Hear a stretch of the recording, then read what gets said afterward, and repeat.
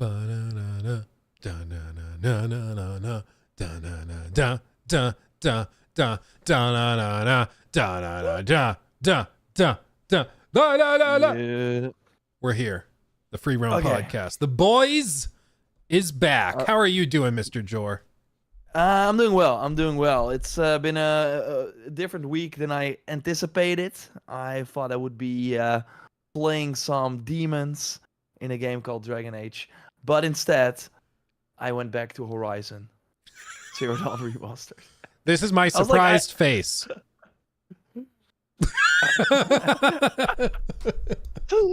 I really thought I had no time for the remaster, but here I am playing it again, and it's kind of crazy what they did. For the $10 upgrade, it's like, why did you call Part 1 Last of Us a remake, and this is a remaster? I don't get it, because they really did a lot of like significant changes. I mean, still significant. It's the same game, but they could have gotten away with like way less, and they really took it on themselves to make it something special. There are still some. I'm already getting into the nitty gritty, so strap in. No, but they are like, if you played Forbidden West, you know they have like a lot of quality of life features and a lot of accessibility features. They did not bring all of them over. I really thought they would bring Zero Dawn on the same level as Forbidden West and add some other things like the stash and transmog to Zero Dawn. They did not do that. But things like the annoying pickup animation for if you, grab a berry, which of course you're doing a lot of times in this game to get your health back. Aloy would normally kneel down, but now you can like turn that off, so you don't see that animation, which will save you, I think, 10 minutes or something in the full playthrough. Oh, so yeah, that's probably. that's nice. No, but I'm having a blast. It's nice. It's cool to be streaming that game again, to talk about it again. But it is what I like. Unless you plan on replaying that game, there's no reason to really, boot it up again. It's the same game, but it looks a bit better. It's kind of cool, especially if you see the comparison side to side. Otherwise, you're like, didn't it always look like this? And no, it did not. What have you been up to? I have been. I mean, it's been kind of a weird week because again, and we'll talk about this a lot, guys. Don't you worry. But a lot of us were led to believe we would be reviewing Veilguard this week. So our schedules were set up assuming that. And then something happened and those codes did not go out to us. Who knows? We'll talk about it. But as a result, my schedule's been kind of weird. What I've been doing, I mean, I'm still playing Metaphor. It's Fantasio. I've been Red Dead just launched on PC. That's fantastic. They also what was the other one we did? Monster Hunters beta that dropped, and it's not a ton. There's like 3 or 4 monsters for you to fight. A lot of the like shops you can't access. So, and it's funny. They gave you like 1,500 mega potions and they gave you 1,500 regular, like they give you tons of stuff. No tranquilizers for some reason that I've been able to find, but they just throw you tons of stuff because like, just go have fun, go play, do whatever you need to do and have fun. And it's been a good time. It's clunkier than I thought, but you know how like when you play one game for hundreds and hundreds of hours and then there's a sequel that's very similar, but like tweaked in some ways, that sequel feels really weird to you. And it's not because it's bad, it's just because you are so familiar with the original that it's taking you extra long to unlearn the muscle memory and the process of what you know. And that's kind of where I'm at with Monster Hunter Wilds. Is it's familiar, but it's just different enough for me to occasionally be like, oh, I thought I had to look here for this thing. No, okay. Oh, this works this way now. Okay, let me rework my brain. But I've been having a great time with that. And then, of course, Concord just imploded officially. So we held a little... I think they heard our prayers where we're like, October's kind of slow this year. And they're like, hold on. Final week, we will do... I think, to not get ahead of ourselves, but... I'm surprised that it took them this long to shut down that studio, but I think so. It's sad for everyone. I was hearing rumblings from one person in particular that reached out to me that they were seriously considering a launch at a lower premium price, Yeah, which the idea of launching Concord at $20 and somehow that would fix it, like, that is so delusional. It's amazing to me that was ever on the table. But I think we're really hoping they could just reboot it, and they probably had some big financial analysis done, and they're like, just to run the servers, just to do all this, to keep the employees at the studio, it's going to cost you so much more than you're going to make. So it doesn't make sense. And I think they realize that. So yeah. That's a whole thing. But what a blunder. Crazy. Yeah. Was it you that put out the tweet showing the like previous statements from them? Oh yeah. Yeah. That it was a really good post. Let me see if I can just pull it up for people that are here with us, because it was just a really straightforward comparison of the tone, like the tonal difference in where they were versus where they ended up. Like that really, and I mean, we should always have these glasses on where like like we want to sometimes when we see a new game be hyped as well, but this really shows you that they will just say everything. Like they will just say anything to make you excited, and it was, I thought, really interesting to see how wrong they were, because they must have believed this to put down the whatever tens of millions or to purchase the studios or to studio, let everyone be employed and work on this game. So you want to like shout out some of these quotes? Yeah. This is why it's important to know when they are now saying fair game $sign is like has tons of potential. Exactly. They think it's going to be amazing. Remember, they said these things about Concord. Okay, so first, Herman Holst, CEO of PlayStation Games Division, after buying Firewalk, noted that the studio had, this is before Concord was revealed, quote, an innovative approach to connected storytelling, end quote, which, translation, is a short cutscene that plays when you log in each week that you probably skip immediately. That was the innovative approach to connected storytelling, whatever the hell that means. He said, I think fans, quote, will be very pleased when they see what Firewalk has in store for them. Oh man. Oh, they were not. They weren't.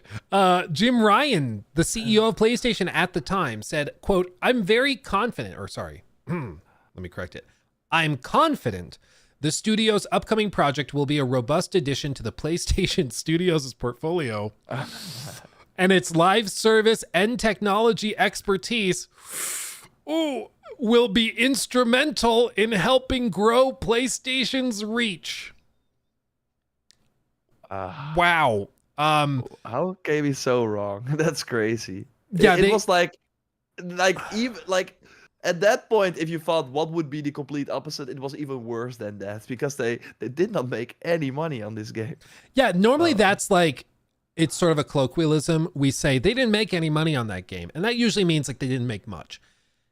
They literally did not make a single dollar. They refunded every person who bought the game. And by some reports, specifically a source that Colin Moriarty had, who he said was very reliable, they suggested they may have spent upwards of $400 million on this game. And by the time they shut down the studio and all of the disposition and divestment costs associated with that, they may be in the hole about $500 million for this thing. It's unbelievably disastrous. But other rumors suggested that Concord had, quote, Star Wars-like potential. They thought it would be, quote unquote, the future of PlayStation. People said that this was Herman Holst's baby, the current CEO, co-CEO of PlayStation, which is why nobody wanted to stand up against it or call it out, because it was like his baby. You don't stand up against the boss's pet project. They also spent a ton of money to get Concord its own episode, not just feature, but episode in the secret level anthology they're doing for Amazon Prime. That's still happening, I think. Yeah, I mean, what's insane is Concord was supposed to be their next big thing, and just like 5 or 6 days after launch, it was lost media. It's gone. Like, you cannot play it. There's people that are trying to sell. I looked it up on eBay after the stream. I was curious. people are like trying to sell their PS5s that have Concord installed, even though you can't play it. Like, it's such a cataclysmic disaster. It is. There really is nothing like it. There really is nothing like it. But this is why when you hear the same guys saying that Fair Game $, which to many of us looks just as stinky, if not worse, don't believe it. Okay? Like, don't believe it. They told you the same thing about this one. And that game has less hot sauce in it. What are the odds in it? But if they say for the Horizon Online game, I'm gonna believe them, you know. No. At least, like, this is why it was stupid when people were like, oh, they've learned their lesson. Sony, you know, after they did this, they pulled it off the shelves. They did that showcase with Ghost of Yotei and everything, and everybody's like, oh, Sony's back on track. They're walking away from this live service stuff. They're not. In this statement from Herman announcing the closure of Firewalk and then the other studio that was working on a mobile game, he says that they're just going to take the lessons learned from this and try to grow in their live service ambitions moving forward. Like, I mean, they're just going to try again, and it's going to be the same thing again. I mean, yeah. I mean, we like for Fair Games. I'm not saying $. Then I see how you're laughing. Like, you're just doing it to annoy me. Every time I say it, now people, when they see the name Fair Games, in their brain, they go, yeah, Fair it's Game happening for me already. Yep. Oh my God. No, okay, but for that game, I'm like, yeah, I think that's kind of a Firewalk Concord situation where they also bought that studio before they even made a game. Like, that's kind of weird, and then there's a lot riding on it. But I still think it's good for Sony, and like, we will talk a bit about Ubisoft in a moment. They are saved right now because Rainbow Six Siege. In the background, like, every time you talk about Ubisoft and the negativity surrounding them, it's all about the new releases. Like, the whole Rainbow Six sort of community is completely separate from that. And they are doing, like, I just heard the investor call, so I'm kind of talking in that jargon now, like, double-digit growth, like, for the Rainbow Six. Yeah, it's huge. Siege, which is crazy. So, and they plan, like, some big things early next year for it. So Sony wants that as well, right? They also want, if Ghost of Yotei is announced or delayed, or like all these big games that they still want to make, but we like going from, for example, the 3 Uncharted games, how fast they launched after each other, to now having to wait more than 5 years for a sequel on one of these games. They have to have something that keeps giving them money every quarter, and that's why, of course, they want to try these live service games and keep doing it. So it makes sense that they take the learnings from this. I just hope those are the right learnings, and that they actually make the games that we want them to make. That's because I do think, looking at Sony's portfolio, that they could make some really cool multiplayer live service games. And I still think The Last of Us could have been one, because that's just a franchise, a series that I would have loved to see that in a different city with like different survivors and that evolve over time. I think that would have been awesome. But yeah, the problem was that Naughty Dog was making that, and that meant that they would either go for the live service approach and drop the single player output altogether. That was, of course, never a good idea. But why not give that franchise to someone else, or do that with your other properties too? Because I do think, like, maybe God of War, I don't know, but playing God of War Ragnarok, always you were like with a companion side by side, and some companions were even stronger than Atreus, for example. So that kind of already felt like a small co-op experience. Of course, it's completely different if they would make a whole live service game around it, but I do think, and Ghost of Tsushima Legends really showed that they got something that is unique. And why was Helldiver successful? It was something that people could not play elsewhere. It was something unique, and that's what they need. So I hope that instead of chasing these trends, like an extraction-based game with Marathon, Fair Games, that's also, I think, extraction, right? Or like a heist type experience. Yeah, I think it's technically a blend, but yeah, it's basically an extraction. Yeah. And Concord, of course, being a hero shooter, like that's not gonna work. And that's why I do think that Horizon Online has kind of a shot at this. And it's always funny. I mean, we of course make fun about it as well. But like the Horizon Zero Dawn remastered attention, like people are actually way more interested in it than I anticipated. The Digital Foundry video they did, 300,000 views. That is more than on some of the new games they cover. Also, my video that I posted today with going over the big changes, a lot of people are interested. And if you asked anyone like a few weeks ago before this was announced, Horizon Remaster, who's asking for that? Well, there are people out there. There is a Horizon sort of community totally out there. Combine that with Monster Hunter being super successful, sure, that might be something that might nuke them, but I hope that they bring a different enough experience. So, like, that is, I think, their best shot at this. So, I hope they deliver on it. But, yeah, I think it makes sense for them to keep chasing it, just maybe not with the boardroom type games that we've seen with Concord and Fair Games. Yeah, I mean, the approach was always going to be throw stuff at the wall until something sticks.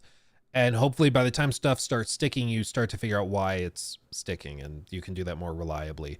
But that's why they announced that they were targeting, 12 live service games, and then it dropped to like 6, and they've canceled some stuff, moved some stuff around, tried launching stuff that flopped and delisted it. But I do think that Horizon stands a better chance at being successful than Concord. My primary fear with that is that, like, going head to head against Monster Hunter with a Monster Hunter like game, from what we understand from like leaks and speculation and stuff, I just think like you're trying to create a Call of Duty killer going up against Call of Duty. Like it's going to be an uphill battle. And maybe you could say it doesn't need to kill Call of Duty, it doesn't need to beat Monster Hunter, it just has to kind of do its own thing. But at the same time, like, they have how many employees working on the Guerrilla Project? Like 800 or something? Like, they have... You mean like at Guerrilla or on like, this online project? This online project. No, I think more closer to 300-400. It's still a lot. But yeah. It's like they've got a lot of money riding on it. And presumably like that team will need to continue supporting it long term as well. And that is just, you got to have a lot of cash coming in to justify a live service game on the scale of what it sounds like they want to do with the Horizon game. So it doesn't need to just be like find its niche. It needs to find a pretty big community that's gonna support it, both in terms of playing and then financially. And maybe that works, but it's gonna be tough because next year is gonna be really, really crowded. But we'll see. Fair Game, $, that one, I don't really see what they see. But then again, we haven't seen much about it. So maybe they'll reveal a gameplay trailer. We'll all be like, oh, that actually looks awesome. Hopefully I'd like less money wasted than more, but time will tell there.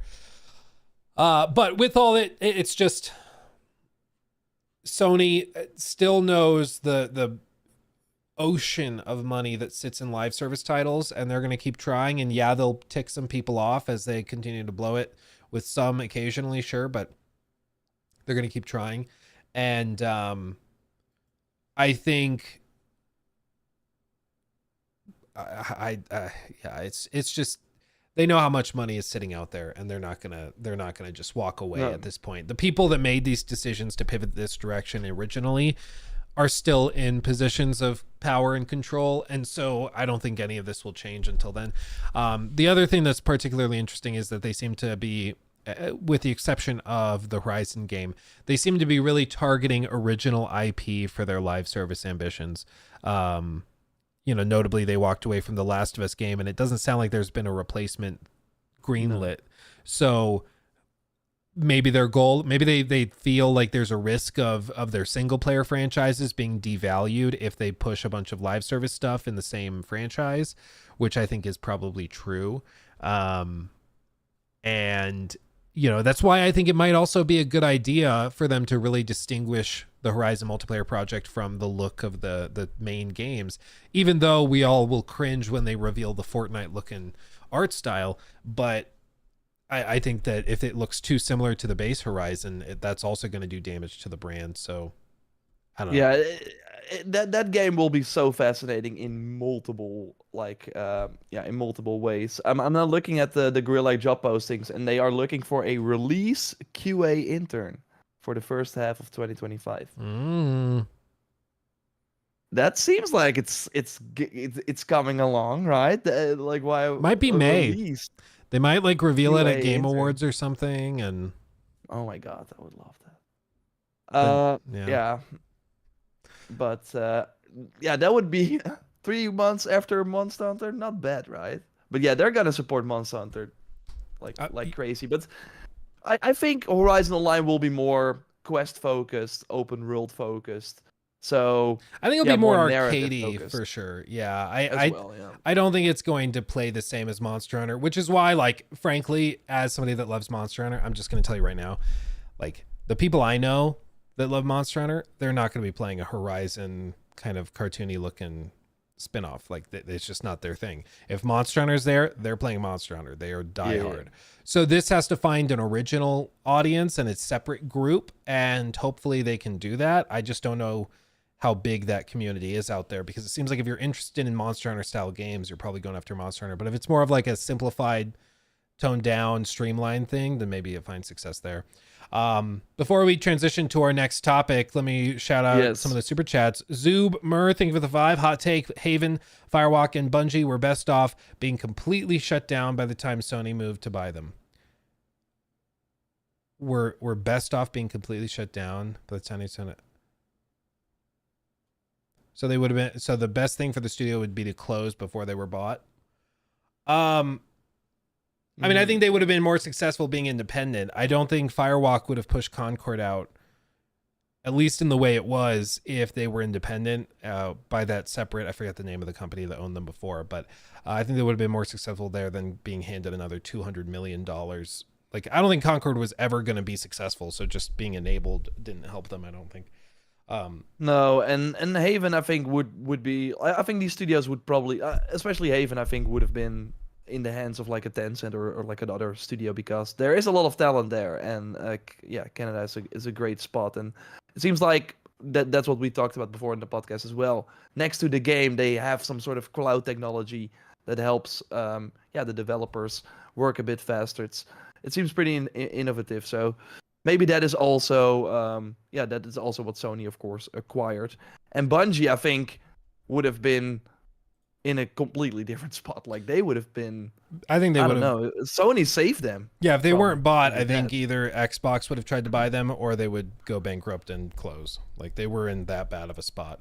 Sony bought them and then just basically gave them the credit card, daddy's credit card to live off of for a long time. Real quick, it's so funny to see how, once again, and that's also a topic we've been saying so many times on the podcast, how these Asian developers are coming in and now they are showing how Destiny can be made. Of course, we have to wait and see how that mobile game is gonna go. But they're already, I loved when that trailer dropped, people were like, why are there so many cool things in this mobile game that we will never see in Destiny 2? Yeah. Like, it's so funny to kind of see that. And I already know, and that's kind of what they are a pro at as well. Like, these developers, they have like their whole post-launch plan. Like Once Human, for example, came out in the summer and already has multiple new zones. Like, they're adding a ton of stuff to that game at like a way better pace than the Western developers can. So I'm really curious to see also with Assassin's Creed Jade, when that hopefully at one point launches, how that's gonna.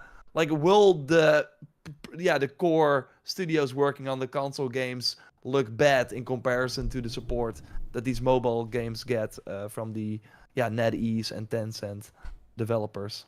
Yeah. I agree.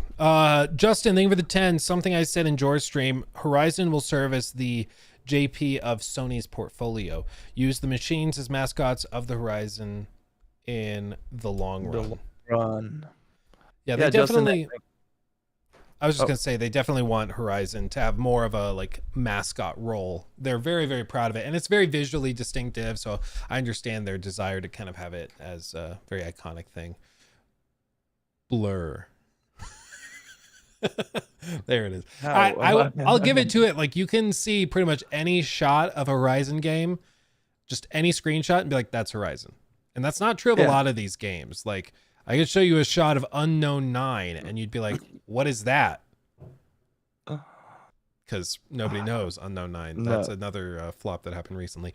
Blake. No, but Justin, I want to quickly shout out. Yeah. I think, and we saw that during CES, for example, as well. Like Sony showed 2 franchises, Ghostbusters and Horizon. Like they really think of it. It's like they have God of War, they have Last of Us, bloody 80, like a mature audience. Horizon, I hope that they are still not afraid. Like I played the opening of Zero Dawn again, where all these young adults are getting murdered at the start against the Eclipse, which was kind of brutal. So I hope they still do that sort of stuff. They're not afraid to back down from that. But it is true that like we see that with the Lego Horizon game, you can take the series way broader than a God of War of Last of Us. So I think that's why they're looking at it as well. I think it's much more flexible. If you do that with like The Last of Us, it's not The Last of Us anymore, but Horizon I think is more bendy, more flexible. Let's see. Blake, thank you for that 5 for Horizon Zero Dawn. Being interested to see is not the same as interested to play. Concord was talked about a lot, yet no one played it. And perhaps most importantly, nobody bought it. I think that's fair. Like, I'm curious about the Horizon Zero Dawn remaster and the differences, so I'll check out Jor's coverage of it. Am I likely to buy it when I have like all these other things at my fingertips? Probably not, but there's probably, I mean, Horizon still sells pretty well. It's just, it seems like the people that really like it are in their community, and it doesn't seem to be growing a whole lot. But maybe the multiplayer game does that. And we will see. I mean, the Zero Dawn, I think, remaster is not to sell a lot in this like week. It's to have it for everyone who joins the series later and wants to know where it started, and to have a nice entry point when like the Lego game comes out, and maybe a dad and his kids like play the game and are like, okay, now you're old enough. Let's see what actually the game is based on, this Lego game. And then maybe with the online game, like that's really what they need right now. They need to grow the franchise because the sequel did less than the first game, which is not a great sign. So they're looking elsewhere, and the online game is another way, of course, to bring people in, and then to have the remaster for people to bounce back on is, of course, great. And it was, I'm pretty sure the remaster was greenlit around the same time they would have greenlit the live action show that is going nowhere now. Yep. So it was probably tied where they expected the show to come, and then you can buy the new remaster. They get double dip, but now the show's not a thing, and so you told me that we would have, in a different timeline, now been watching episode 1 of the Horizon Zero Dawn TV show on Netflix. Damn. Yeah. But now we get this podcast episode instead. Okay. There you go. Also great. Chaos Lyrical, find yourself a partner that loves you as much as Jor loves some Horizon. True that. True that. And then lastly, Blake, thank you for that. The control scheme for Monster Hunter Wild just messed me up. Yeah, dude, my muscle memory's all thrown off by it. I'm glad I'm not alone. Okay.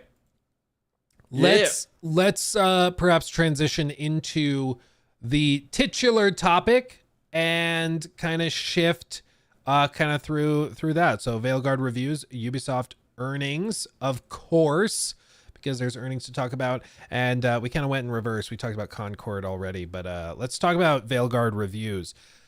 Sure. Have you looked at them? Have you sifted through them? Yeah, a bit. I think it's interesting how it seems that the media is very very on the high end. Of course, the Metacritic was like 84 last time I checked. Pretty high. Way higher than I anticipated.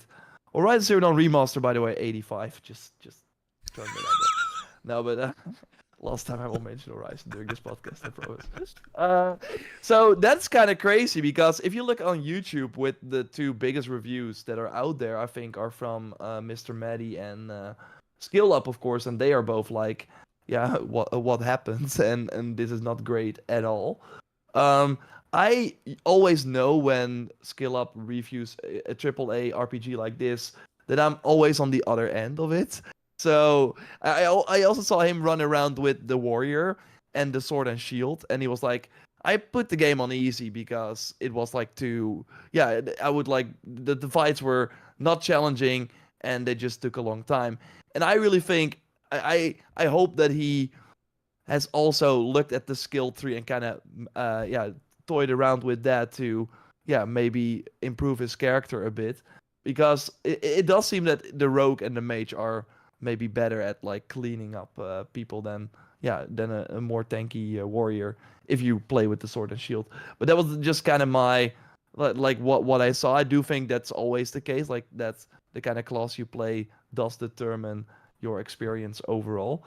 But yeah, I don't know. I think, of course, you have the whole woke discourse about it as well. They really went, yeah, in an interesting and an extra direction in terms of inclusion.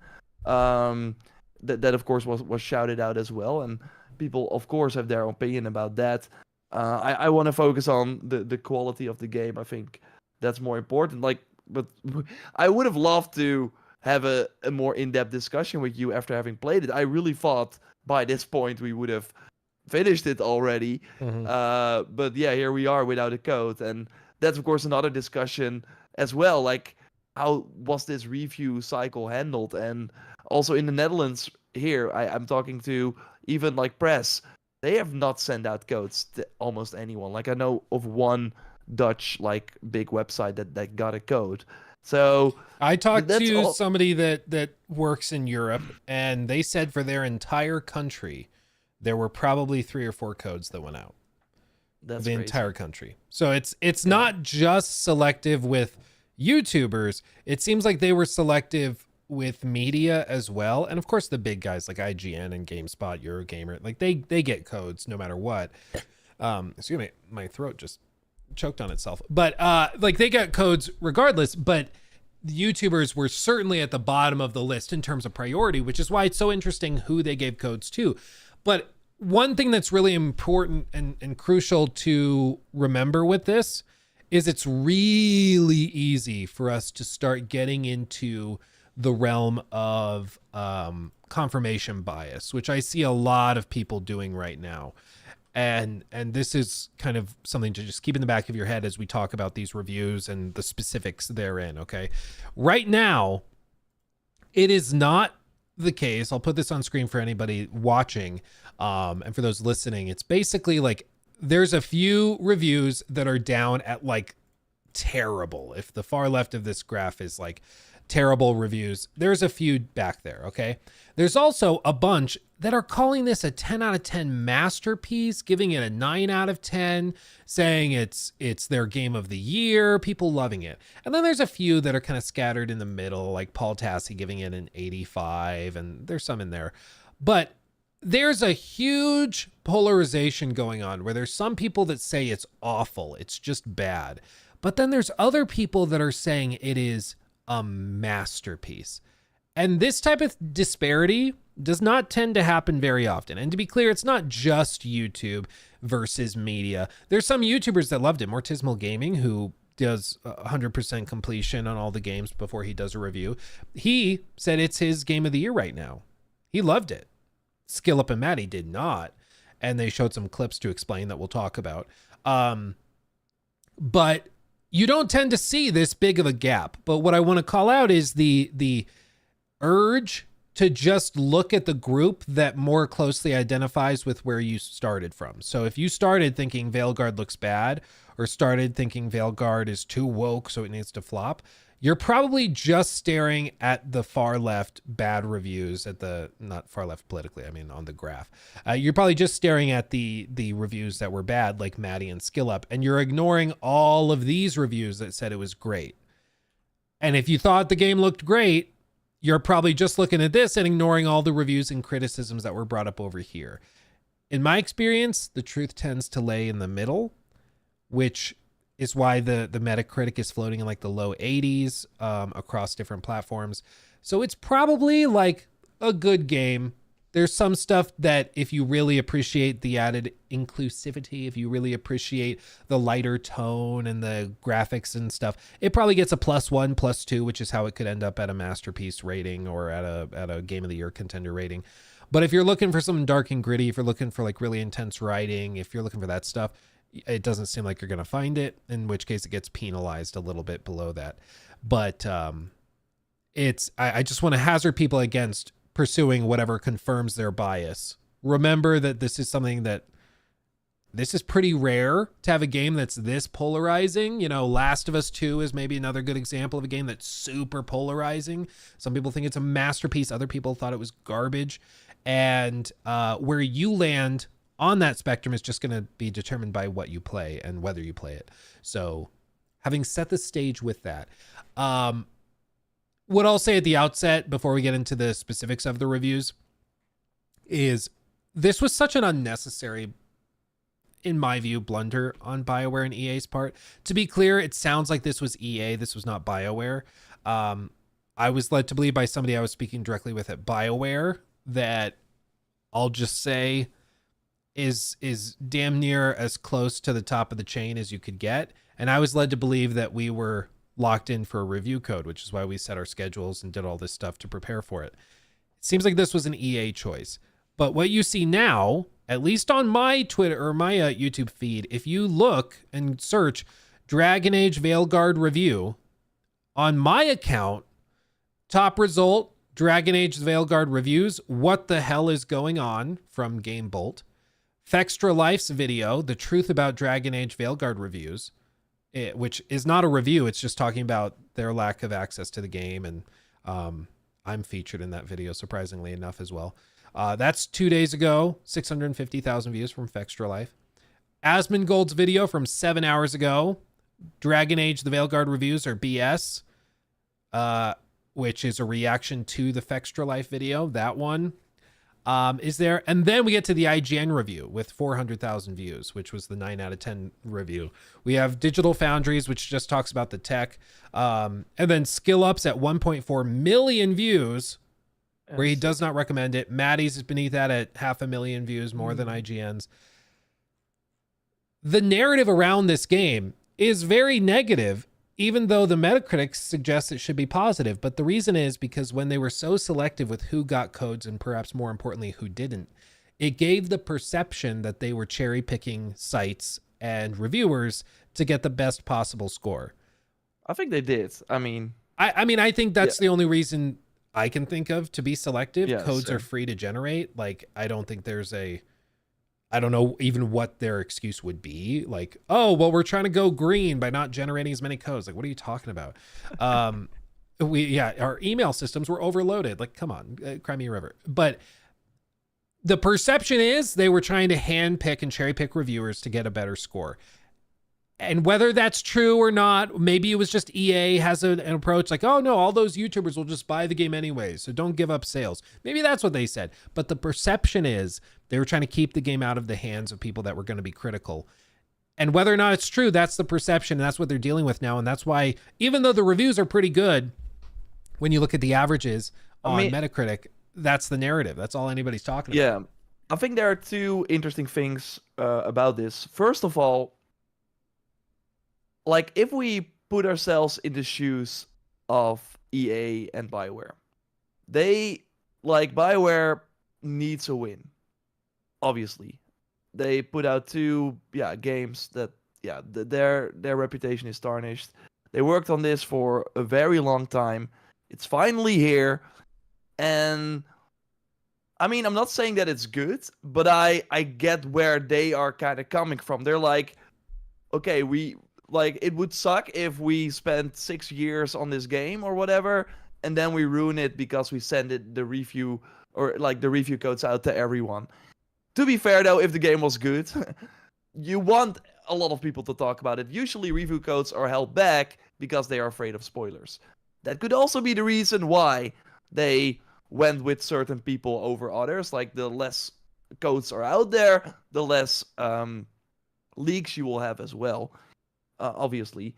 And so I, on one end, am like, sure, I get where they are coming from, but they are completely misreading the room in multiple ways, because I think looking at this shows you that maybe, and this, yeah, like as a creator, it's of course easy to say, but maybe the reviews, the traditional media is not as like impactful anymore as it was when the last BioWare game came out, for example. Because I think that one video from Skill Up did way more in terms of like people reevaluating their decision on if they are going to get the game or not than I think all the other reviews that gave it a 10 or whatever. Oh yeah. So I think, and next to that you have what you are saying, that now the narrative is like, even I posted an Instagram reel about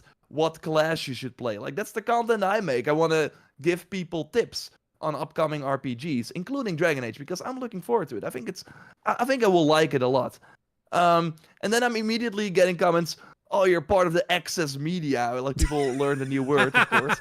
And I'm like, I did not even get a code. But that is the narrative right now. And I really think they misread the room. And it would have been way better, way more in their interest to probably give the game out to more people, to not have this situation. And then I think you would not have these people saying I did not get a code while I did went to the event. Like, that's usually when you are at the event for a game, you're locked in because they invited you over. And like, I think also they always tell you like, we want feedback. We want to hear your real review, of course. We want to hear what you have to say. But now they're kind of saying the opposite. They're like, because that's what people are saying. That's like kind of what people are thinking, that they looked at what the preview said and everyone was kind of like, I'm not so sure. I hope the full game is better, so I'm looking forward to playing that. They were like, well, that's too risky. Let's go for the people that were like, I'm super hyped. I think this is gonna be amazing. That's at least what it seems to be from the outside. And yeah, again, it's just right now with how the narrative can very easily be created by a few videos on the internet. I think it's way smarter to try and control that than to control some, like, we will just see through the bullshit right now. And that's I think what they really misread.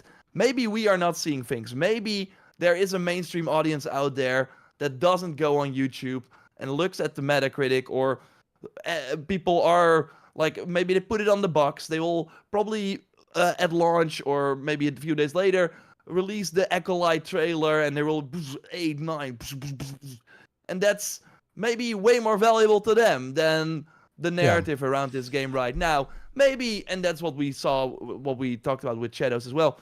Maybe the people that are now commenting under all these reviews were never interested in Dragon Age to begin with. So that's kind of hard to say, but I do think it's interesting, and I do think this situation is probably mishandled in like, the moment you try to control the situation, people will notice. I think it doesn't work that way anymore, I think. Yeah, and I mean, I think you're right when you say that SkillUp's review has done far more damage to the potential sales of the game, and certainly the online reputation of the game, than like the IGN's review did good. I think it did way more. Eurogamer, anybody in chat, anybody watching live, have any of you ever been on the fence about a game and then looked at the Eurogamer review or the IGN review and decided, I'm going to buy it now? No.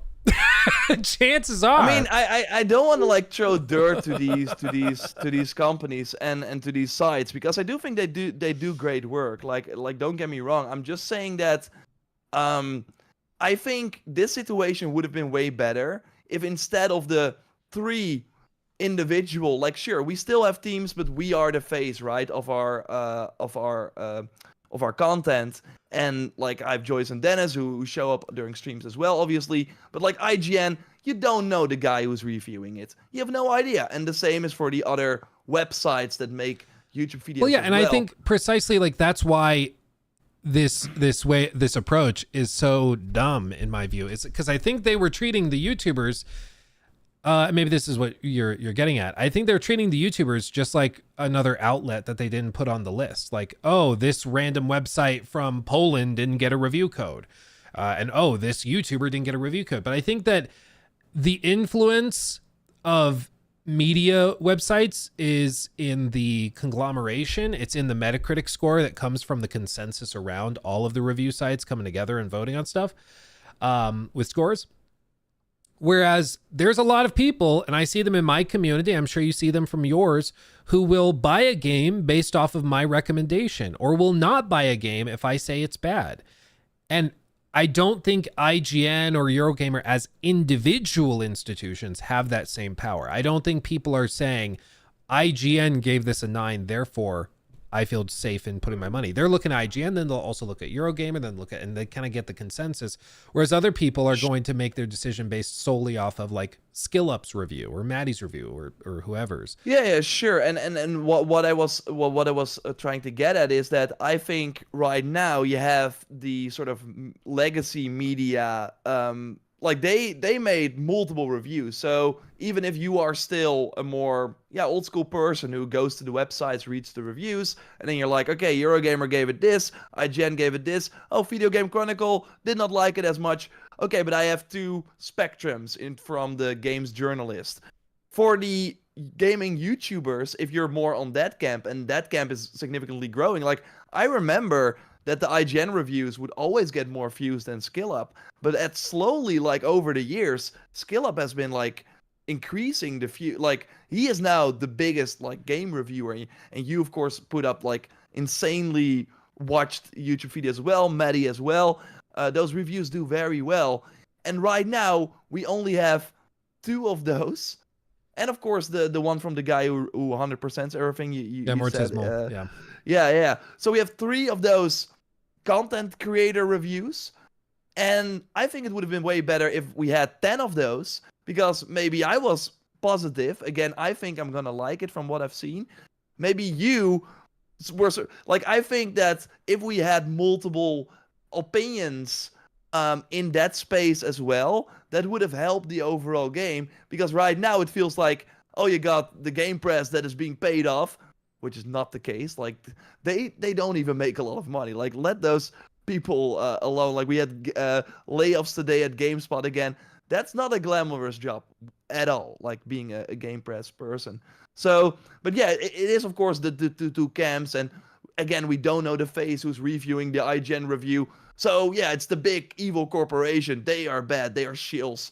They blah blah blah. I don't know. Yeah, I don't think people realize how little the people that work at those companies make. Like everybody's like, oh, this person got paid to review this game well at IGN, and it's like, I know some of the like they are half a paycheck away from going broke. Like they are on the edge. Like these people are not making tons of money. Maybe the corporation is, but they're not. But I think you're right. I mean, and at the end of the day, like when you kind of strip all this away, it's just because of the way they've approached it, the narrative now is, at least online, very different from what it might be within just the big media outlets or what they were hoping it would be, if we rewind the clocks 10 years and the consensus on IGN's reviews and all these other reviews is much more positive. And because I think you're right, this does feel like an old school approach to it. But like my wife is very, very excited for Dragon Age Veilguard. She's been waiting for this game for a decade. She's an old school fan. She loves Origins, like loves Dragon Age. And I have another friend who's close, who is also a huge Dragon Age fan. And they both have been very hotly anticipating this. And they have the game, like whatever, pre-ordered, they have it ready to go, and they're very excited. They have zero interest in the online drama, like zero interest. Yeah, Leo-san, I can't wait for the wife's review. Yeah, when she plays it, I'm going to bring her down and we'll do a stream segment where I ask her about it, because I think she's the target audience they're going after. And let's just be honest. There's some quest lines, and at least one quest line specifically that would not go over well with a lot of the online gaming community in light of some of the discourse about like DEI and woke writing and all of that. IGN alluded to it. I think there's been some leaks about it. I don't want to spread leaks because it's not it's not my place to share stuff, that is leaked like that it breaks whatever embargo or anything. But I think it's pretty clear that they didn't want some parts of this game to get out ahead of time because of the polarizing effect it would have and because of the sort of outrage that may come from it. And so I think that was also a part of the equation. But I think the core audience, the people like my wife and my friend who's been looking forward to this for a long time, they're going to play it no matter what. And they may love it. They may hate it. They may think it's totally meh. But I think that this particular outrage or drama about the review situation is certainly very much online, like very specific. Oh, for sure. And I think a more interesting discussion to have, because we might have that, like, excuse me, like, this is a game that is very important for BioWare. And I've been looking at the Steam charts. It's not like high. It's very low actually for a game of this caliber. I used to joke about it, of course, before, because you can like look at the top wish list on Steam, and then I would do Control F and do Dragon, and I would first see Dragon Ball Z, and then I had to go down to Dragon Age. But Rooted, sure, like you weren't looking for Rooted? Dragon Ball. Yeah, we all know, Jor, you're secretly a fan. It's okay. Damn, busted. Now, but do you know a game called Rooted? Rooted? I don't think so. Root? I know that. I know a game called Root. I mean, a game called Rooted is above the wish list for compared to Dragon Age. Little Nightmares 3. More pre-orders. Oh, yeah, Dragon because Age. Little Nightmares 3 is amazing. I mean, I'm excited for that. Borderlands 4, which just has a title. I mean, okay, maybe It's that's not a mine. game yet. Mega Break What is Mega Break? What? from the amazing Season Games. It's like I think I saw this at like Summer Game Fest. We will probably have people in the chat saying, "Oh, I'm looking forward to Mega Break." Mega Break. Like, how have you not heard There of are it? games that I've never heard of. I'm gonna share the list with you in the Discord so you can look at it. And I'm kind of worried about Dragon Age, the sales potential, because even if I go to my local, like the biggest game store for the Netherlands, I don't even find Dragon Age in like the top pre-orders. It's like being outsold by a Plague Tale collection, which includes the 2 Plague Tale games. Wow. I mean, I love those games, but they're not exactly blockbusters in terms of sales.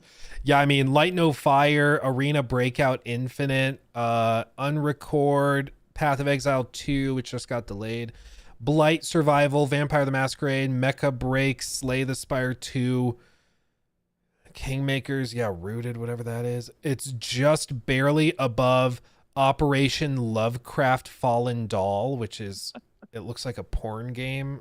I don't even know anymore. But like, I agree in terms of wish lists, it's not super high. It's just, nobody wants them to flop. Nobody wants it, but like at some point you can't save them from themselves. And this whole review process was such a series of blunders. And that's why they should have had more champions. Like, I think, again, if they had, instead of the 3 reviews that we have now that are like, or the 2 like content creator reviews that are really, really negative, if they had more people that would be championing it on that side of the internet, I think that would have been better than what we have now. But do you think they thought Skill Up and Maddie would love it? Probably. Otherwise, they would not have given them a code, I think. Like Maddie, Right? Maddie, for whatever reason, has a reputation that he goes easy on RPGs. Maybe it's just because like he's he really was rooting for Starfield for a long time, so maybe they thought that he'd be really rooting for this. I mean, his preview was positive. That's kind of what people are like. That's the line people are like kind of taking. That hey, both their previews were positive. So but that's even maybe the I think reason. my preview is broadly pretty positive. Some people have characterized my preview as like really critical, and that's why I didn't get a review code. I still had a really good time Yeah, with the same. preview. I said it had tons of potential. It seems like BioWare could be back if they can maintain this same level of quality. Maybe because I said that, they were like, "Oh crap, he knows we can't." So maybe that's why. But I don't know. Yeah, but yeah, It it's it is weird. it's interesting. You're still gonna review it, right? And post that video later. Yeah, probably. Like I'm gonna do an I tried when I get my hands on the game at some point. Probably Yeah. tonight. I'll stay up late and do it. But like I'll play through it. I'm sure my wife's gonna have lots of thoughts. Maybe we do like a dual review where I don't share any of my notes with her and we just do it as like a series of prompts. Like, what did you think about this? How would you consider this? We go through it Cool. Yeah. and kind of see what she says. It just depends on how long it takes me to get through. I mean, there's people are saying it's about 50-ish hours. That's the other thing that was really interesting though. The reviews, like IGN, they said they played it for I think 70 hours. Eurogamer, I think, was the one that said they put, or maybe it was like Games Radar. One of the sites we looked at said they spent 100 hours and they had at least 5 more runs in them immediately. So like people who liked the game and called it a 10 out of 10 masterpiece were spending in some cases as much as double the playtime to get through it than the people that didn't like it, because Skill Up was like 50 hours and Maddie said 50 hours. So That's crazy. Yeah. like it's not a small distinction. Now Maddie said, I think he said he did the quests, the companion quests and some of the side quests. I think Skill Up said the same thing. So I'm like, It where? was all around the 50 hours, it seemed. Yeah. So I'm like, where on earth are these people getting 70, 80, 90, 100 hours? Where are they getting double the I mean, playtime? if you like play with it to a second, like if you want to try all the classes, then you have to go through the game again. So But that's the thing is, that's I don't think these people said that they played the game twice. I think they said their first Oh. run was 100 hours. Like, that's one crazy. thing Skill Up alluded to, which I thought was interesting, and you talked about it briefly a minute ago, was that they lowered the difficulty. He lowered the difficulty after talking with another reviewer, who must have been Maddie or somebody else. And to hear that somebody lowered the difficulty to get through combat faster because it was driving them crazy, because it was so like slow and the enemies were so chunky and spongy, that could also be it. It could be that just combat takes that much longer when you don't lower the difficulty, that it inflates gameplay time that much, which would be insane. But I don't know. It's really interesting. I did the same thing with AC Valhalla, says Finger Fighter. Yeah, my problem with Valhalla was that it wasn't difficult enough. I think it's too easy. Even when you crank the difficulty, you set the enemy scaling. You can set it to like scale 50 levels above you, and it's still too easy in my mind once you get a build going. Okay, so someone in the chat saying that it's like it is number 2 in the top sellers right now. So yeah, it is like I think at some point it leaves the wish yeah. list and it becomes a sell, like it goes to the sale list. Yeah. But I mean, yeah. For example, for comparison, like a Black Myth Wukong was in the top sellers, like number 1 a month before launch. Obviously, that's like a different example, but we will see. Let's make a prediction. I think that will be fun. What do you think the concurrent will be on Steam? The max next week when we talk. That's a good question. I'm trying to think if there's any comparable-ish games. Well,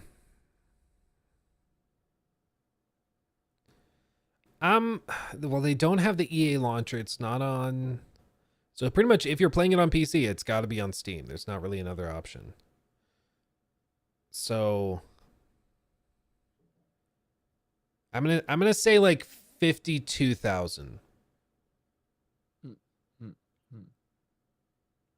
That's pretty good. Yeah. I think a lot of people are going to be sitting on the sidelines until they hear more reviews and stuff. Yeah, At least on the plus, PC side. On the console side, it could be wildly successful, but on PC, like the PC gamers tend to be very in tune with YouTube and all yeah, that. exactly. What do you Yeah, think? that's interesting. I think around that makes sense. So I'm gonna like, am I going above? Or am I going... 52,001. No. Sparking Zero was 90,000. That says a lot about humanity. Oh my god. Yeah, 10,000 of those were Jor on all of his alt accounts. I'm gonna go below it. I'm gonna say 42. Ooh, okay. 5242. We'll check it next week. We'll see where we're at. Oh baby. Okay. Yeah, they need the win though, BioWare. So it's and like I said it before, like I also want this game to win because then EA is like at least another company that's putting out games like this. Like they have no incentive to release this game. Yeah, it's only like costing them resources, and if it only sells like a few million, then why bother? Like they can sell like one day of Ultimate Team sales is probably more profit than like on the launch day of the new FIFA, that is like than this whole game that they spend way more on. So yeah. Yeah. Okay, let's catch up on the super chats real quick. Vitonez, thank you for the super chat. What all this means for the next Mass Effect?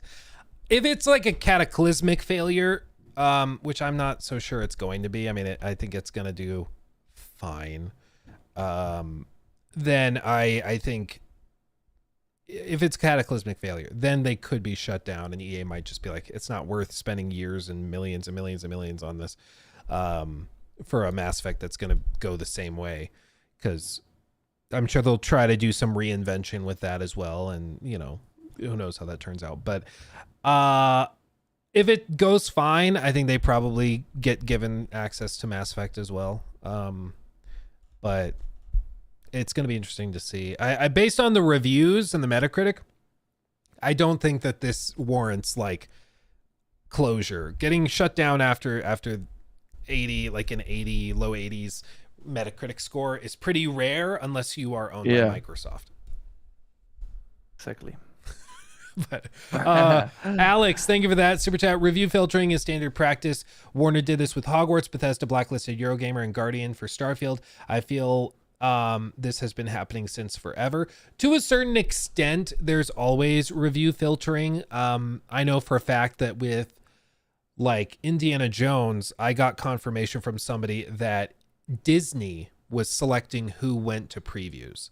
So you had to be on Disney's like safe creator list to go. If Disney thought that you were too risque, or Disney thought you were too mean to some of their franchises and other videos, then you were not invited. So like, you know, if you were really harsh on maybe Avatar or Star Wars Outlaws, you're probably not going to the Indiana Jones thing, which is interesting.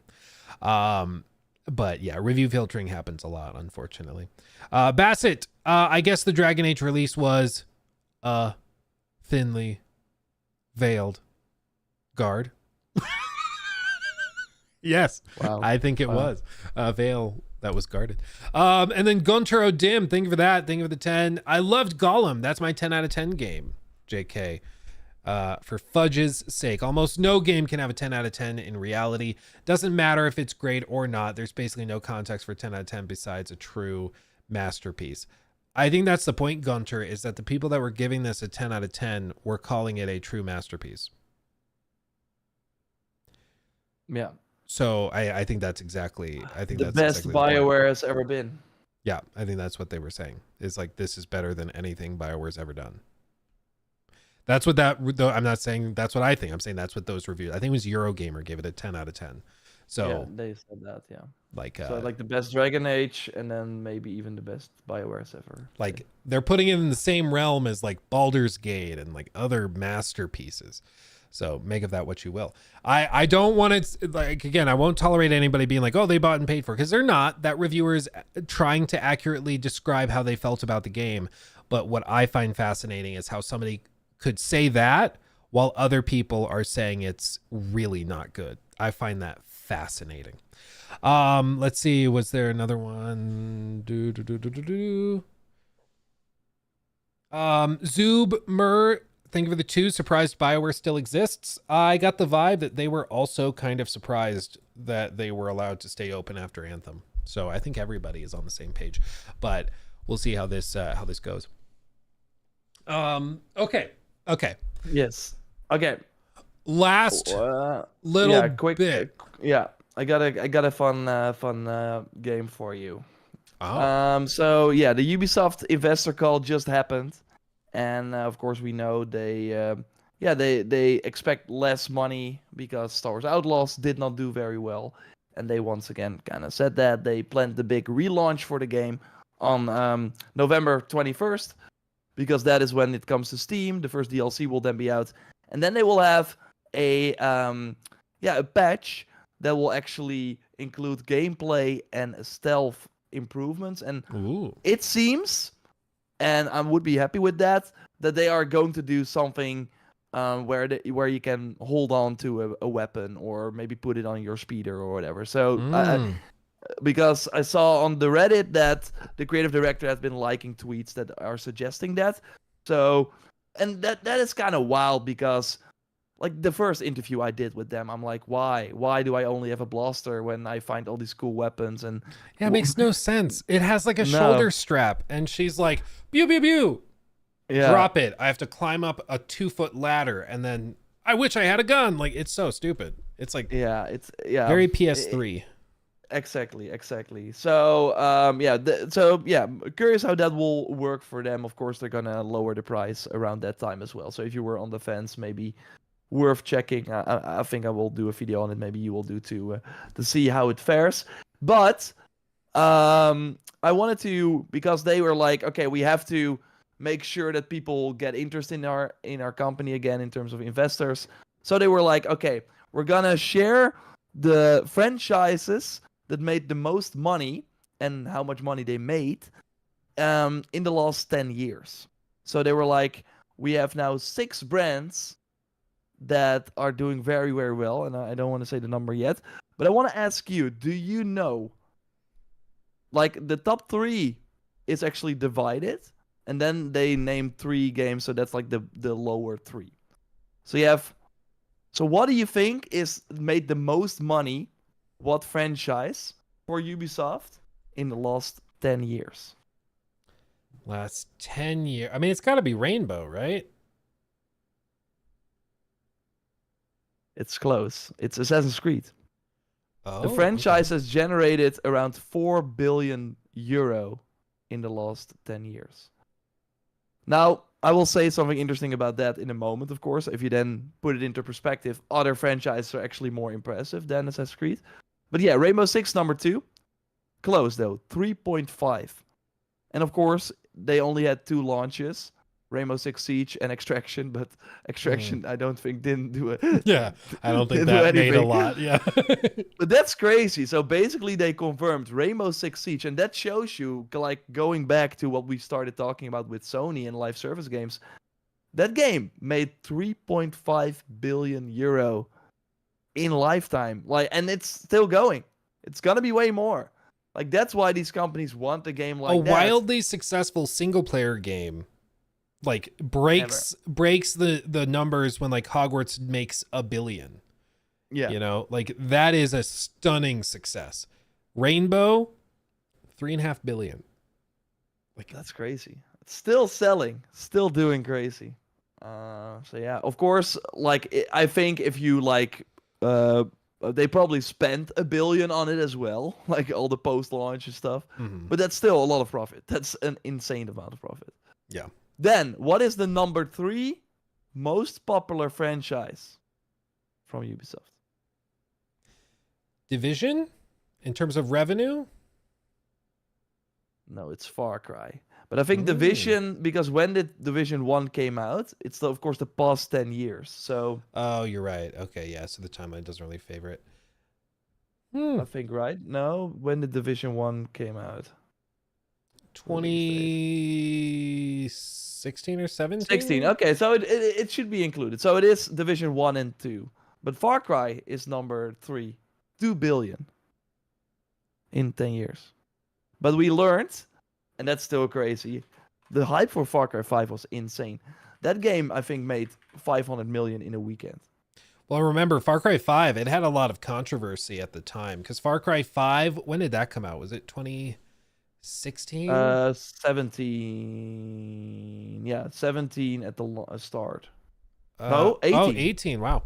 Yeah, 2018, early. I remember there was a whole scandal that they tried to brew with it because it was like people thought that it was like insulting to middle America Christians and stuff, which was funny because it's like it's a cult. It's not trying to do a commentary on regular people. It's like pretty clear this is like a Davidian out of Waco, Texas kind of thing. But yeah, that was one where it was just really straightforward. You're fighting a cult and it's really trippy and bizarre. But again, like with all these Ubisoft things, I think the takeaway for a lot of people is Ubisoft games are way bigger than you might think they are. You might not play Far Cry. You may not play Rainbow or Assassin's Creed.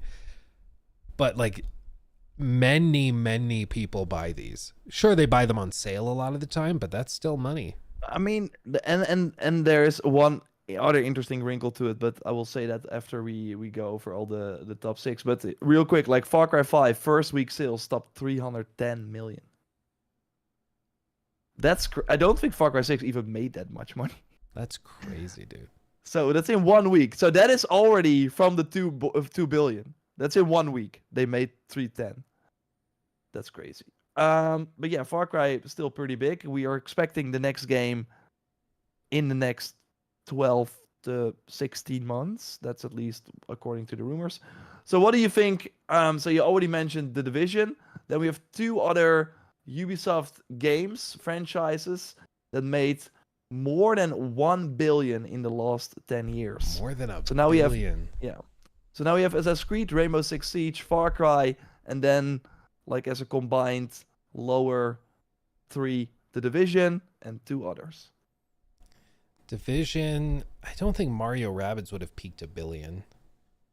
I think that's smaller. I mean, Just Dance, they still make those, right? Is Just Dance on there? Yes, it's on there. That's crazy, right? $1 billion, Just Dance. That's insane. Wow. And then the last decade, probably Watch Dogs. That's probably on there somewhere. Is that one of them? No, it's Ghost Recon. It's Ghost Recon. Okay. Yeah. Wildlands was huge. That's still wild though, because I think that only includes 2 games, Wildlands and Breakpoint. Yeah, and Breakpoint I don't think contributed a lot. Yeah. No, but that's crazy. And that's kind of my other point. Like they say the last 10 years. But if you really think about it, and that's what you of course said, like the games are more popular than you might think. But it's really only the first 5 years that we're counting here mostly. Because Rainbow Six Siege, of course, maybe that's the outlier, but Far Cry 5 did very well. I think Far Cry 4 launched in 2014, so that still counts here as well. And then you had like a very long time till Far Cry 6, and we know Far Cry 6 did fine, but it did not do as well as 5. So it's mostly the older titles in that franchise that did very well. Same with Ghost Recon, same with The Division. Like what happened in The Division with The Division in the last 5 years? Division 2 came out in 2019. So that's crazy. So sure, they're like, yeah, we're doing very well. Look at our franchises. But if they did the past 5 years, I don't think maybe only Assassin's Creed and Rainbow Six would have been topping 1 billion. Yeah. So if you look at it from that angle, it's like not as great news. It's more, it once again, and you talked about it as well, it shows their incompetence with these super popular franchises to, yeah, like they all went kind of downhill. Well, what's interesting is like there was sort of a Me Too movement that happened not just in the gaming industry but everywhere, and it was like 2020 I think is where it really hit Ubisoft hard. But they had a few people high up within Ubisoft that were in positions of pretty considerable power, and they were welcome to leave and they shuffled people around. But it does seem like some of those people that were booted out did, at the very least, know how to generate some crazy revenue. And since booting them out, whoever they replaced them with, they do not know what they're doing. And because it's right about when those people were booted out, to be fair, it sounded like they were very toxic, hostile workplace environment. Yeah. No, it was the right decision. Yeah, but I'm not saying they should have stayed in their roles. But I do think it's interesting, right as those people were booted and there was a big management shakeup where Ubisoft went and promoted a bunch of other people. That seems to be precisely when the collapse started to really start accelerating. It's really, really bizarre because, like you said, they have some amazing franchises, but most of the successful stuff came in this like 2015 to 2019 era where they were just hit after hit, making tons of money. And then they just have been tripping nonstop for the last 5 years. Yeah, for sure. And I think like Watch Dogs kind of puts us in a dire position as well, because if you then really think about it, this would have included 1, 2, and Legion. And we know these games cost a ton, but if those 3 combined did not even generate more than $1 billion, then they maybe made no profit on that series. Right? Because making that urban, like Legion probably cost a few $100 million easily. I think. Especially with that online mode, they put a ton of money into that. Watch Dogs 2, we know, like, did well over time. Like, Watch Dogs 1 and 2 sold well. Like, they both sold more than 10 million copies. But I think, like, 7 million of those were at $20. So... Demetrius, I think Watch Dogs Legion is probably the most impressive game that is painfully boring and uninteresting that I've seen ever. Like, the tech they developed for you to be able to play as any NPC, for every NPC in the city to have a day-night cycle, to have a job, a place to go. All of that's amazing tech-wise. But it just wasn't fun. Like, they kind of forgot about that bit. It's too bad because I think they had some really cool ideas, but it just didn't go anywhere. I like the Bloodline DLC. I will always say that. I thought that was like some of the most fun Watch Dogs content I played. They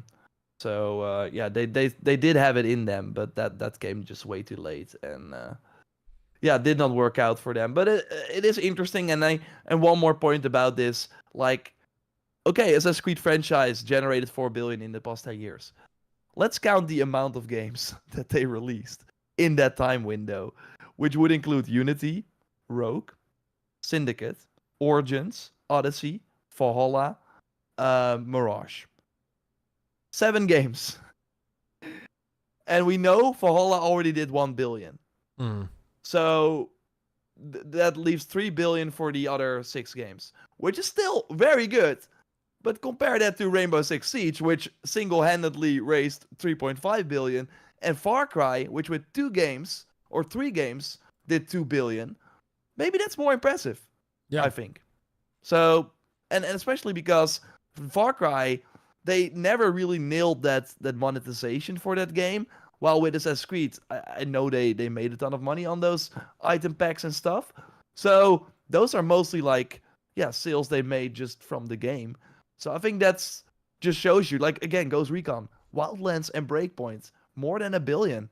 I think that's, like, you could argue that's more impressive than 7 games making $4 billion in one franchise. Still crazy, of course, but I wanted to throw that out there as well. Let me ask you a question real quick before we wrap this stuff up.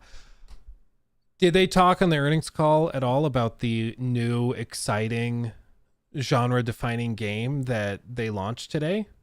No. They did put it in their like, every time they post their financials, they in like their PDF, they have this is what's coming during the upcoming quarter, and there they have it. So it's called Champions Tactics Grimoria Chronicles. It sounds like an AI generator. I know, it totally does, dude. I earlier on stream, I downloaded it because it is free to play, And we could even try a live demo because I have a feeling it's going to end the same way. You want to see? Here we go. I'm going to pull it up, hit the play button, and then I have it on screen for everybody watching at home. It's going to launch its easy anti-cheat thing because this is a game that has NFTs in it ranging from $7 all the way up to $64,000. No. Yep. It goes to up to 50,000 pounds is the max you can spend on it. But it launches. Here we go. And then a little splash screen and it crashes. No. You can't even play it. It's so amazing. You were asking, what are the quartz people doing? Like, that's what it's called, right? Now we know. Now we know. Yeah. So they were not sitting around doing nothing. They were working on the groundbreaking Game of the Year potential nominee. We will have to wait and see. I have to play it more.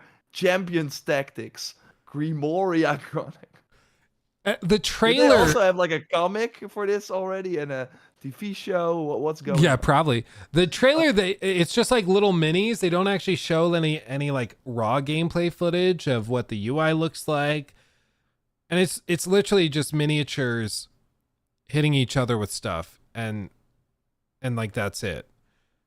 But it's apparently like an NFT based thing where you can buy different like it's just, again, you can lead a horse to water. You can't make it drink. You can tell Ubisoft, like, focus on quality games people want. And they're like, okay, here is blah-de-blue de blah blah with $64,000 microtransactions in it. But don't worry, it's the future. You can make this stuff up. It's like, we're going to focus on gameplay first. We're very player-centric right now. No, we did not launch Grimoria Chronicle. That's not... We didn't do that. I mean, it sounds fantastic, but no, we didn't do that. It really is like they just have they don't realize that this reflects badly on the company as a whole. They think they can just shove this out and it doesn't have any impact on how their other stuff is viewed. It's really, frankly, bizarre. But this is why I've said a lot, like, I have so little faith and confidence in the executive leadership at Ubisoft. They spent millions developing this thing that doesn't boot, that has $64,000 microtransactions in it. Like, they spent millions and years of work on this. If that doesn't tell you, like, everything you need to know about their leadership team, I don't know what does. Oh my god. I clicked on their Twitter page. They have 107,000 followers. Oh. And they posted a tweet 3 hours ago, and it has 10 likes. They used bots. No. Yeah, that's pretty bad. This also makes it even sadder. Back in 2021, Ubisoft launched its own NFT platform called Quartz with Tom Clancy's Ghost Recon Breakpoint as the first game to offer a beta trial. It did not fare well, appearing to have initially sold only 15 NFTs. Still, Ubisoft's NFT bosses, which bear in mind, these people make like $150,000, $200,000 a year in these roles. You can look at the job postings if you don't believe me. Ubisoft's NFT bosses stated in an interview afterwards that players, quote, just don't get it.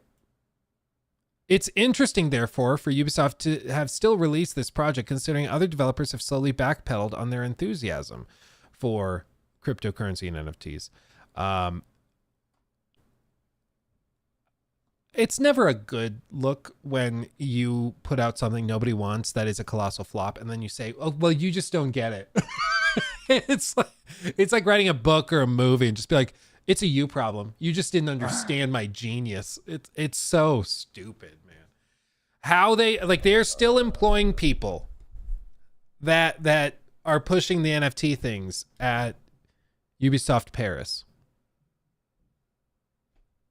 I know we all, groan when there's layoffs in the industry, but like NFTs will never make you millions of dollars. They just won't, okay? They just won't. Why are we still trying to do this? Like, stop trying to make fetch a thing. It's not. Please stop. I mean, how I'm looking at the Discord. There are 53,000 members. That's There's no they way. just made up a lot of people. I'm joining, sacrificing myself. Next week we're gonna come in. Joel Raptor's streaming from a cardboard box. He's like, I sold everything to buy an NFT. Maybe during the craze back in like 2019, or not 2019, 2020, 2021, when NFTs were initially like everywhere on social media. It was so annoying. Maybe those people followed and liked it and stuff and then forgot about it because now they've all moved on to the next grift. But still, it's not a good look when you have 107,000 followers on your official Twitter page for your project and you're getting 10 likes. Like that's just sad. Crazy, man. Wow, what a time to be alive. Crazy week. Yeah. I'll see you on the battlefield, you know. Yep. Well, next week, everybody, for our next episode, we'll double check and see what the concurrent player counts look like for Dragon Age the Veilguard. Yeah, so again, you said 52, I said 42. I hope you were right, because, more people playing. Yeah, we'll Good see. for BioWare. Yeah, we'll see. We'll see how it lands. Let's see these final super chats, and then we can bid adieu to our lovely viewers. Let's see. Drinner D, thank you for the 5. Anybody, please, in very plain words, explain NFTs to me. NFTs, it stands for non-fungible tokens. It's usually tied to a cryptocurrency like Ethereum, and the idea is that you can generate a token of which there's only one in the world. There will only ever be one, and it's tied to almost, I think of like a serial number on a dollar bill. It's like there's only one, and people can verify that it's yours and that it's official and real. So the idea is you can use them for video games where you can have like a skin that has that token tied to it. So you could sell your skin that you got in the game to somebody else for real money. That's the idea. I thought it was a cool idea because it was like you could have NFT like tokens tied to copies of digital games you bought. So you buy a game on Steam, you get the NFT for the game you bought, and then you could sell a game you purchased digitally to your friend or to somebody else, or give it to somebody else. It leaves your account. You no longer have the token, the license or whatever for the game, and it goes to somebody else. I thought that was a really cool application for NFTs, but of course that would mean that companies make less money, and so they don't talk about that option. Let's see, where was I? Vitrones, thank you for the super chat. Don't you think that Mass Effect they had announced is being built on the same framework of this Dragon Age thing, like decisions, engine, writing, and all that? Yeah, it's Frostbite, right? Or are they doing Unreal? I think it's all Frostbite. Yeah. So yeah, same as Andromeda and 1,000%. I think it's going to be same level layouts. I think they're going to play pretty similarly. What worries me is like makes sense. People are complaining about the quality of the writing, and that's not something that's going to magically improve with the next game. So that's going to be the big deciding factor, I think. It seems like the big distinction is people that liked the writing, the kind of Disney-esque writing where nothing super dark or serious. They seem to really love Dragon Age the Veilguard, and people who wanted something meatier did not like it. So we'll see how it lands. And then Andrew, thank you for that membership update. 6 months. Ooh, baby. I just can't care about AC anymore. I can only wipe out the Templars only to find out they took the world, took over the world again so many times. Yeah. I mean, that's with every franchise, isn't it? Like, on one hand. It's about the journey. I don't know. I play it for the historical locations for that. I kind of mentally check out when they get to the modern day stuff with Templars and everything. So I just, I play it to like finish my battle pass, so I can't wait to see what the enemies hub will look like. Oh boy, mini battle passes. George can't wait. Yes. Oh man. Okay. Well done, everybody. Let me double check our family over on Twitch real quick. I think we're good over there. Yes, we are. You guys are fantastic. Thank you for making thanks a lot. All this possible. Very cool. And of course, as always, we do the review update. We go to Spotify if you like to listen on the road. That's also possible. Go there and leave us a 5-star review. That would really help us out and get the content in front of more people, which makes us happy. And then hopefully EA is like, hey, next time I'm gonna give the boys a code. No, I'm not sure if that's how it works, but and I'm looking at the Apple reviews. But yeah, if you have an iPhone and use the Apple Podcast, then you can of course also go there and share the love of the Free Roam podcast. We appreciate you guys. We had like 1,800, 1,900 people in here for most of the stream. That is amazing. Across both platforms, we were at basically 2,000 for the whole show. I think that's a record. You guys are amazing. That's crazy, yeah. I remember when we were doing this, we had like 150 people listening live. So it's very humbling. So yeah, you know who you are. The real OGs. The real OGs. Eirik says with a super chat, they confirmed Mass Effect specifically will be in Unreal Engine 5 and they will not be stylistic like the new Dragon Age. I heard the stylistic thing. I didn't hear the engine thing. So that's interesting if they did all this work. Yeah, it's hiring talented programmers with Unreal Engine 4 and 5 experience. It's not, I think, that they have said it. It's like as good as. It's not like they came out to say it. So I want to stress that because, yeah. People are saying it's confirmed. Interesting. I'm not sure where the post is, where they said, because I remember seeing the post about how it was going to be stylistically different from Dragon Age and they were going to go for more photorealism and all of that. But I don't have a link to the interview if he confirmed. The teaser confirmed it. That's what people are. Okay. Well, I stand corrected. I mean, it's very surprising if they're doing that in Unreal after doing all this work to get Frostbite working for Dragon Age. But the other piece, maybe they were already far ahead. And that's of course we've seen many companies switch to Unreal.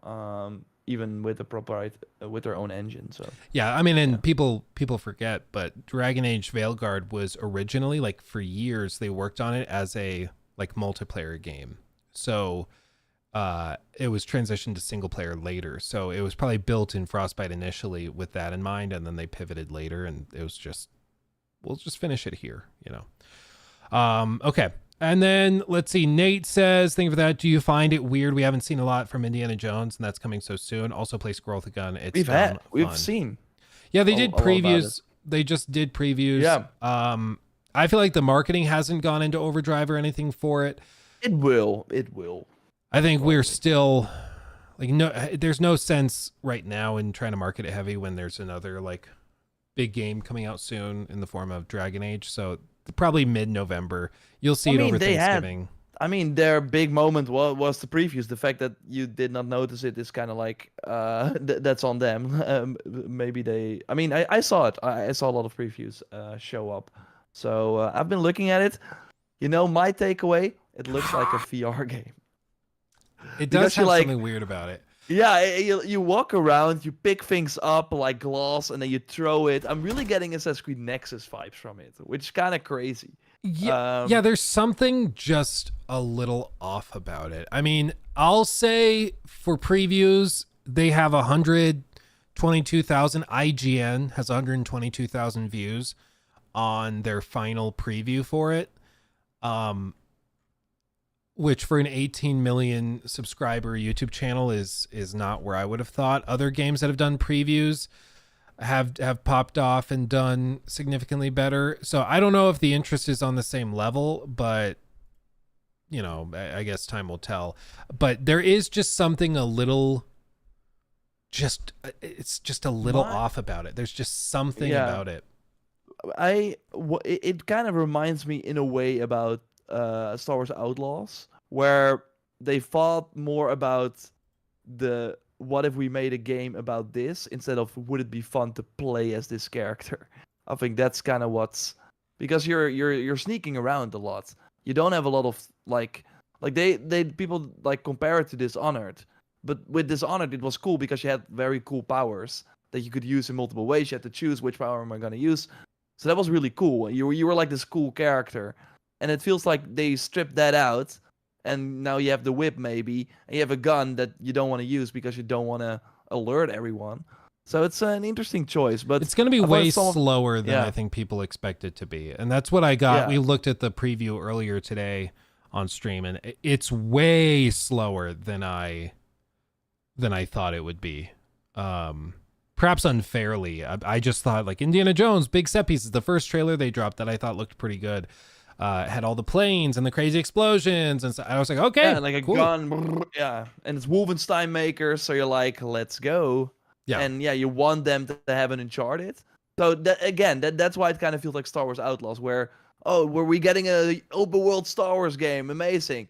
And you're this character that's when you get spotted, you have to return to a checkpoint later on. Like that's not the case with Indiana Jones, but yeah, you are a less capable character, and I'm not saying that is no fun, but I do think that when you play a character like Indiana Jones or like a sort of hero, you maybe want to be more capable and Yeah, they have want to that avoid reflect in the gameplay. they want to avoid the ludonarrative dissonance you get with like with Nathan Drake, where he's like, I'm a good guy.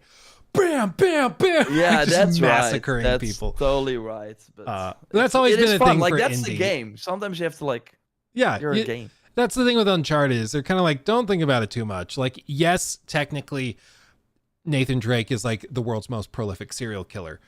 If we like think about it, he's really not that much of a hero. Especially because like, oh, these are just military people that have been hired to defend this exclusive auction. And then he's in there just massacring the entire security force. Like, if you think about it, it's not great. Crazy. But you just turn your brain off, and then it's just a fun it's like an video action game. movie. It's like Yeah. Okay, that was it. That's it. Thank you for hanging out with us. Thank you for watching. You guys are amazing. Next week, I'm sure we'll have thoughts on Dragon Age Veilguard. If we don't have the game finished, we can talk about impressions and all that. So make sure to subscribe so you see that when it goes up. Okay, everybody. Thanks for hanging out with us. Much love. We'll see you soon. Thank you. Hugs and kisses.